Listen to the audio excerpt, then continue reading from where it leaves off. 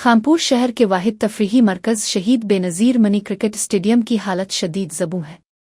شہر کے شہریوں اور کرکٹ شائقین نے تعلقہ انتظامیہ خانپور ٹاؤن انتظامیہ اور خانپور پولیس پر لاپرواہی اور نااہلی کے الزامات عائد کیے ہیں۔ شہریوں کے مطابق اسٹیڈیم کی بلڈنگ اور باؤنڈری وال کا کام سال 2008 میں صوبائی حکومت اور اس وقت کے صوبائی مشیر ارسلان خان پٹھان کی کوششوں سے مکمل ہوا تھا، لیکن بعد میں ٹھیکیدار کام چھوڑ کر غائب ہو گیا۔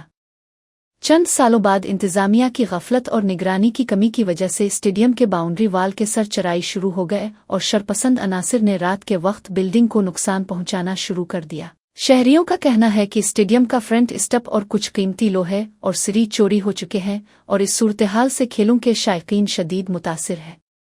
انہوں نے پیپلز پارٹی کے چیئرمین بلاول بھٹو زرداری، وزیر اعلیٰ سندھ مراد علی شاہ، سندھ حکومت اور ضلعی نمائندگان سے مطالبہ کیا ہے کہ فوری نوٹس لیتے ہوئے کام چھوڑ کر غائب ہوئے ٹھیکیدار، چوری کرنے والے شرپسند اور دیگر ذمہ داروں کے خلاف سخت قانونی کارروائی کی جائے اور اسٹیڈیم کی باقی کام کو مکمل کروایا جائے۔